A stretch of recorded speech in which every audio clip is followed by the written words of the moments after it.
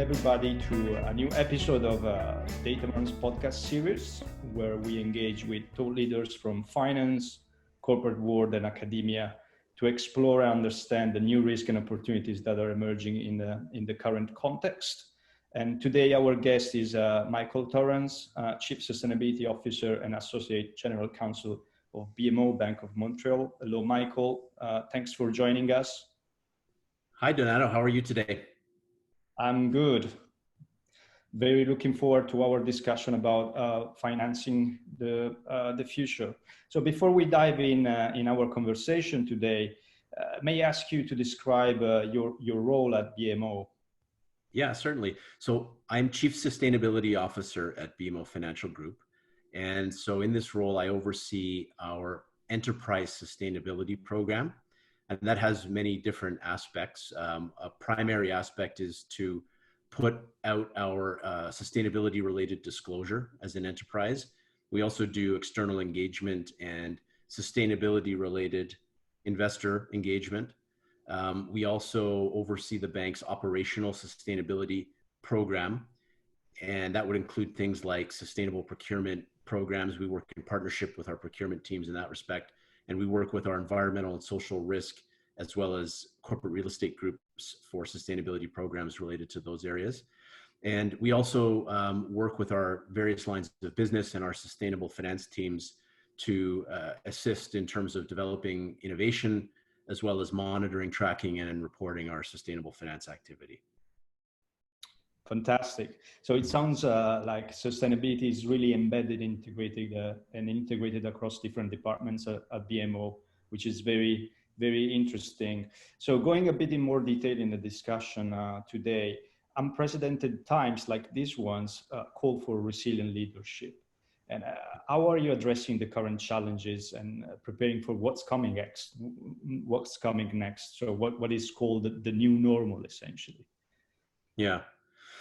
Well, it's really the question du jour, and we're in extremely unprecedented times. Clearly, I mean, it's been analogized to a war. It's been analogized to a natural disaster. I think it really has aspects of all of those, and the pandemic itself is hugely consequential. But I think also the economic impact is going to be also very challenging for the entire world. The way that our CEO has talked about it is to use a bridge analogy, that basically we're on a journey and we're going across a bridge. We're taking one step at a time and doing what it takes to do what we need to do. We're going to get to the end of this, but we don't really know how long the bridge is or what it will look like on the other end. In terms of, again, our own response has evolved in the several weeks since the pandemic has really become acute within North America, for example, to also have a focus on our employees' mental health. And there's several programs that are being rolled out to give access to mental health support, as well as information through medical and health practitioner partners, which I think is really important. So that was, kind of the first step was that protect and the security question. We've also, I think, with our peers across the industry, attempted to demonstrate our leadership in this crisis by building programs to support our customers and our business partners, which I think has been really a critical aspect of the response of the financial community. Our capital markets group that works with food and commercial retailers had an ingenious idea to connect restaurateurs who are unable to continue their business with food and retail companies, so that workers in the restaurant industry, instead of being laid off, would have access to new opportunities that are emerging with the new high demand areas. So there's a lot of creativity as well that's a part of our immediate response. But really taking these initial steps was how we first began to respond to this crisis. And now I think we're pivoting to a point of looking forward towards our recovery as a society and ways that we can support that. Thank you. And I'm writing down many different ideas in relation to what you said. I always find fascinating, the analogy with the war that everybody uses during this period. I think my personal perspective is that one of the main differences is that a war, if all the parties involved agree to cease fire, it's over. But in this case, we don't really have control of it. So that's one of the main differences. And I really like the bridge analogy that your CEO created to describe the situation. Also because bridges are about connecting, and in this period where being distant, at least physically, it's the rule. Then being able to connect, it's a key element for resilience. And it seems that this is what you're doing there, because not only you're protecting your workers and your employees primarily, but also connecting the business you work with in order to help them face the crisis, which is a great way to enact the social responsibility of a bank, I believe. So this allows me to go to our second question, which is about corporate social responsibility. We all know that corporate social responsibility is a sort of old traditional concept. In a way, we went beyond that, looking at ESG and finance and so on. But this crisis, also in light of what you said, it seems it's shedding a new light on the role of business in society. So how does BMO see that role now? What is your personal opinion also about this resurgence of corporate social responsibility?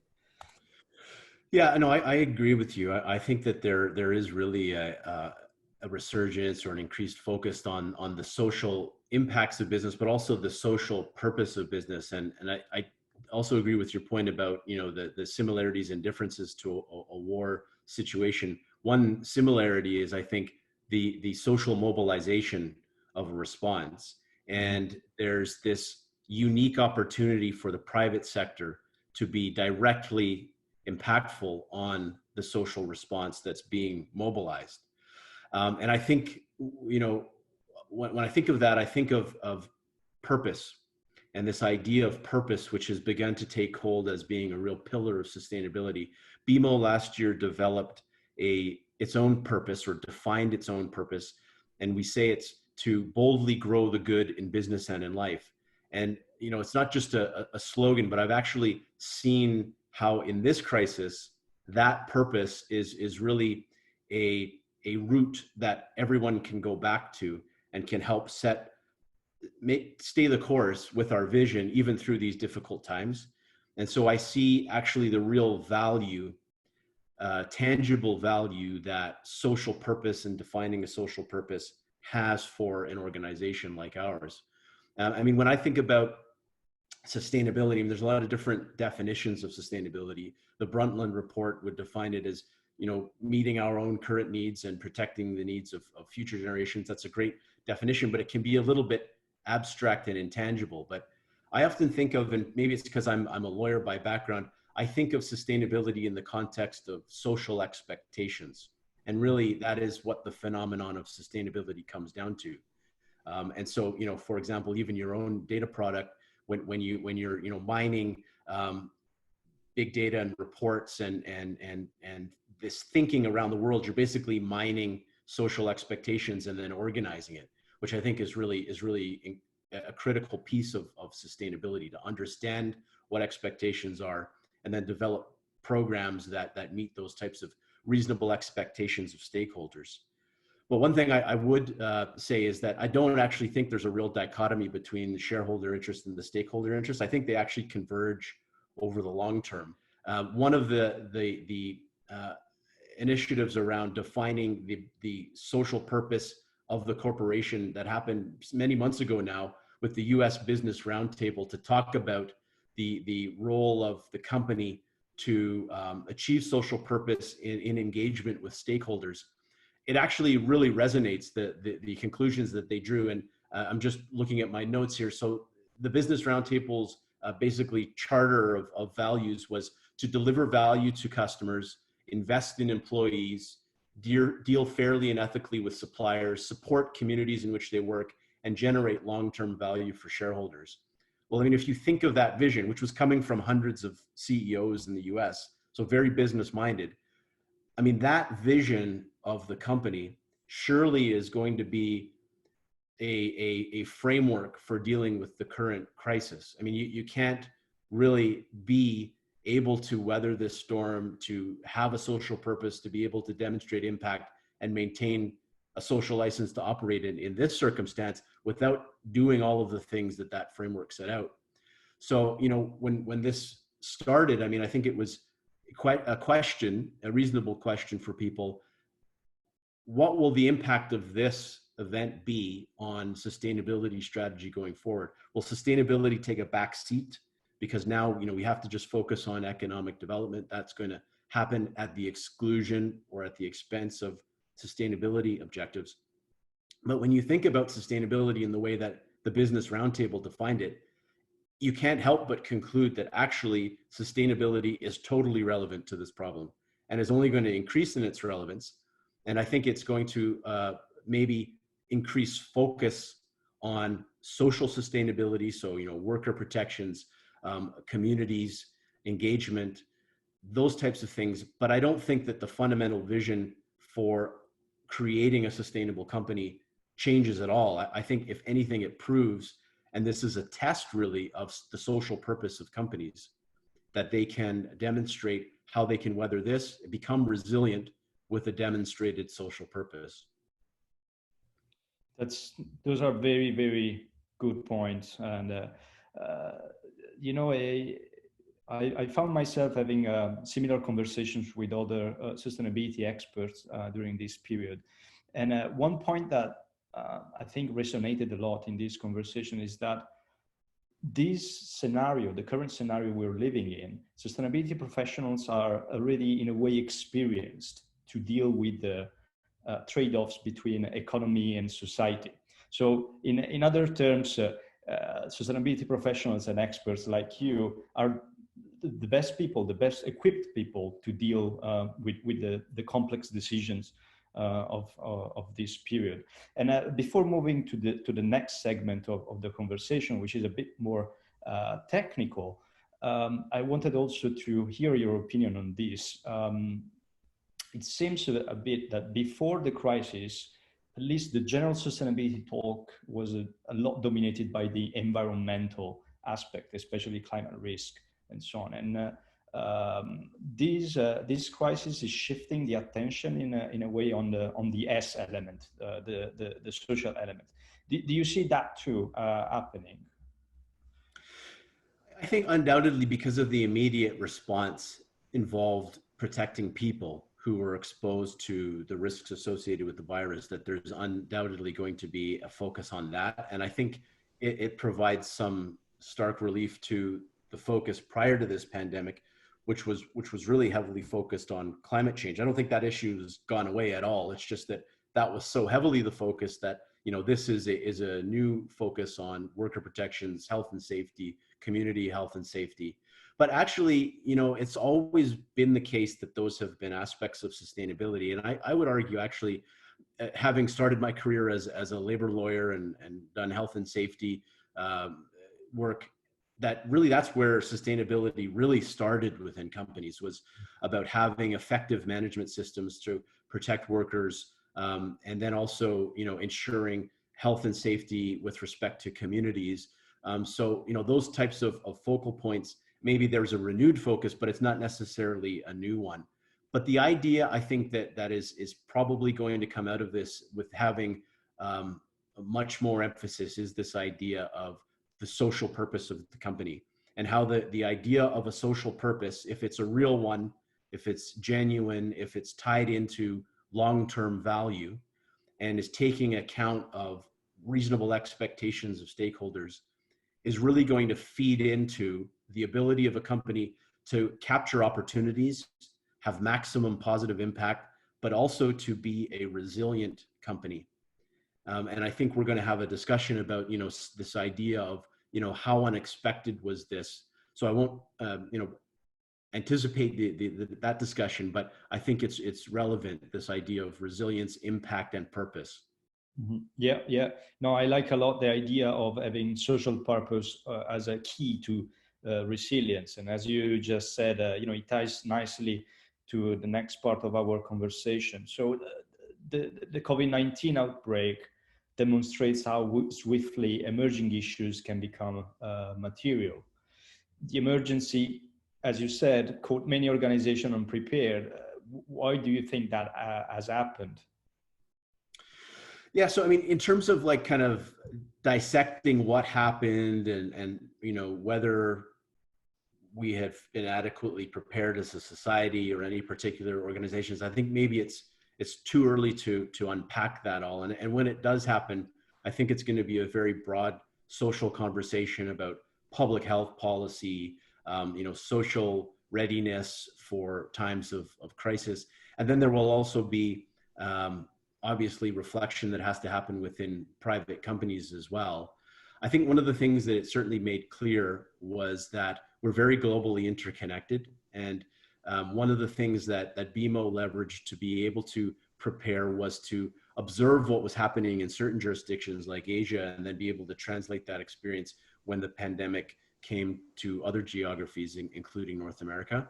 So, certainly the ability to learn from and adapt quickly became an important tool for companies and governments to be able to respond to this.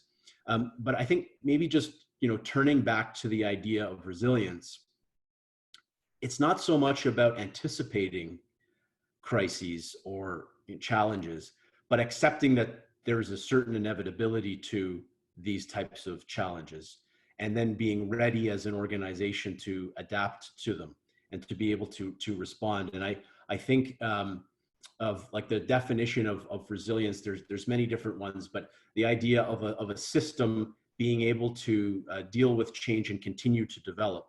So to be able to continue to grow and evolve and exist, notwithstanding the changes that are going to be impacting. And I think if you think about it that way, it also draws a really direct parallel to topics like climate risk. And I'm thinking, I do my own podcast called Sustainability Leaders, and we're going to be interviewing Dr. Michael Krishnan, who is a member of the McKinsey Global Initiative, and she was one of the co-authors of the Physical Climate Report that McKinsey recently released. And one of the most stark, I think, aspects of that report, or most interesting aspects of that, is how they analyze the nature and manifestation of physical climate risk as likely being basically it's going to happen in a nonlinear fashion, meaning that it's not going to be it's going to gradually happen, but that there could be sudden and unexpected events that where that risk manifests, and it could have knock-on effects throughout the rest of the economy. And that basically, from a financial perspective, there could be inadequate pricing of that risk into assets that would lead to dramatic repricing, which could have cascading effects throughout the financial system. I mean, that's a core part of their analysis. It's almost like a tipping point type of idea that, nothing happens until suddenly it does happen. And how do you respond? So, in that circumstance, businesses, they can certainly do more at the outset to try to predict the risk or try to understand when the risk will manifest. But you also have to accept that you may not be able to do that. And so the question becomes, is the organization sufficiently resilient to be able to deal with those types of situations as they arise? And I think, I'm sure from a pure risk perspective, and I'm not a risk professional per se, there's going to be a lot of analysis around pandemic risk in this particular case study. But I think already we can see a lot of analogies to climate risk. And I think what it should lead us to do, and how we're thinking about it, is to double down on the work that we're doing to be able to analyze climate risk, to try to understand potential scenarios, and to then factor those scenarios into your strategic decision making. Because if there is that inevitability, then how you plan for it is to be ready for the various contingencies that could come out. Mm-hmm, mm-hmm.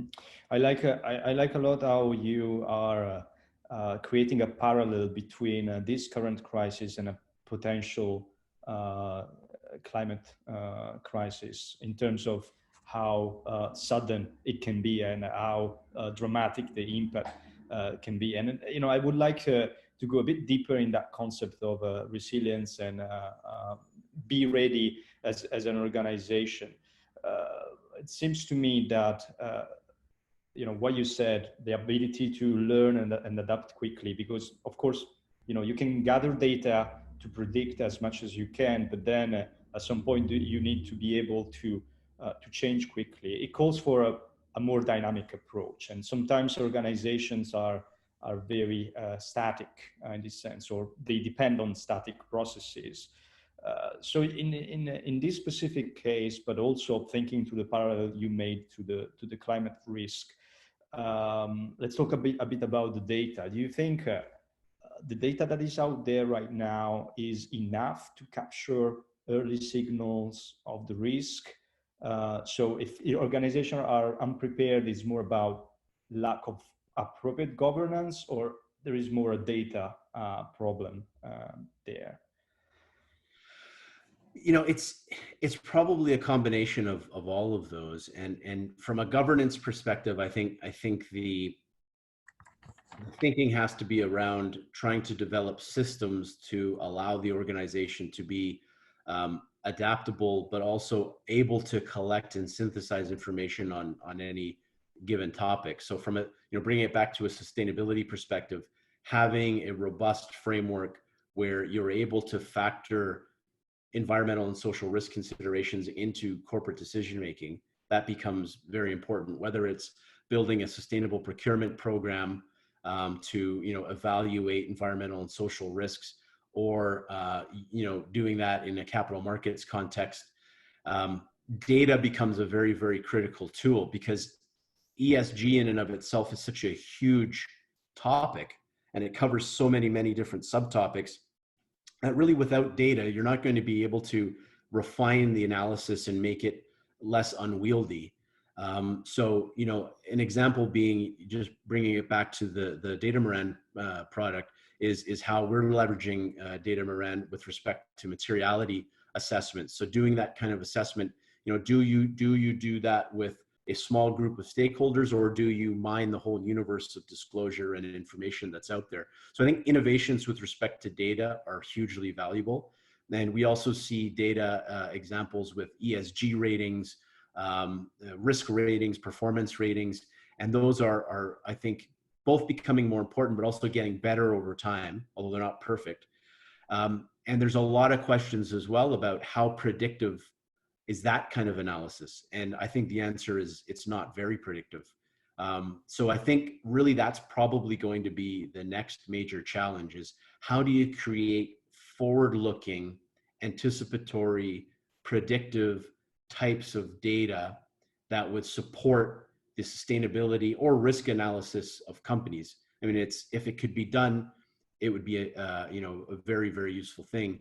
And I think we're moving in that direction with a couple of different techniques. One is just big data. So if you can source enough and distill it down, you can begin to see trends. And then there's AI tools, for example, that can be used. And then there's also other approaches, including prediction markets or other types of tools that could be used to try to gather insights, which could be used to identify trends, tail risks, or any kinds of other bits of information. And then it's a matter of, from a governance perspective, having the ability to synthesize and utilize that data, which comes, I think, at its core with having a commitment to evaluate these types of issues as part of your overall governance approach, whether they're viewed as financial or non-financial in nature. And so the thing about sustainability, it can have financial implications, but it can also have more reputational implications, or it could be managed in its own right, simply to minimize negative impacts and maximize positive ones. And so whatever your reason for adopting that approach, if you tie it back to E, S, and G, you're going to be having your antenna up and have the ability to survey and consider many disparate types of topics. Again, from what's happening in your communities, trends with respect to workers and worker safety, as well as topics like climate risk or environmental issues. And then there's also a piece that we haven't really touched upon all that much, which is on the opportunities side, that the best way, and even going back to purpose, I think in Larry Fink's letter to CEOs, he made the point that profit is not detached from purpose. In fact, it's actually quite aligned with it. If you don't have profit, you can't support your stakeholders. And alternatively, if you don't have a vision that aligns with your stakeholders over the long term, you'll find it quite difficult to be profitable. And so if we think about that basic idea of purpose and turn it to impact, which is the ability to use your business, use your position in the economy to create positive outcomes. And if you align that with seeking business opportunities, you can do some really amazing things. And so it's not just about managing risk, it could be about capturing opportunity. And one recent example that comes to mind for BMO is we were the lead manager for a bond of the World Bank that was focused on healthcare in developing countries and tied directly into COVID response planning. And so certainly that had an enormous impact, an $8 billion World Bank bond tied to healthcare in the developing world, but it was also a core part of our business. So when you can find those kinds of synergies and alignment, I think you're in a strong place. And again, I think that idea of impact, resilience, and purpose, they really all come together to drive a strong sustainability program. That's a remarkable initiative that really balances all these elements that you mentioned. And I liked a lot how you explained how being resilient is a matter of both having governance and data. Thinking again to my academic years, I used to say data is nothing without theory. Based on my experience now in the industry as well, I'd say that data is not usable without governance as well. So thank you very much for your contribution. And I see that we are approaching the end of our podcast episode, and I'd like to ask you, a final comment. If you had to summarize all what we discussed about in a single call to action, what would you say? Yeah, well, I mean, I think I, like everyone else, is thinking through the implications of all that we're going through. But I'm increasingly landing on this notion of the interconnectedness between purpose, resilience, and impact, and really that being the core foundation of sustainability. And I think, if that's the key takeaway, I think what it encourages us to do is to think of those as related and interconnected spheres that can really drive sustainability programs and tie us into business strategy, risk management, and also the management of stakeholder interests and helping the corporation to navigate those types of expectations. So that would be my key takeaway, but still learning, and there's lots of innovations to come, I'm sure. Thank you so much, Michael. So purpose, resilience, and impact as the ingredients for the new normal that will wait for us at the end of this crisis. Thank you so much for your contribution. And to everybody else, thank you for listening to our podcast, and see you in our next episode. Thank you.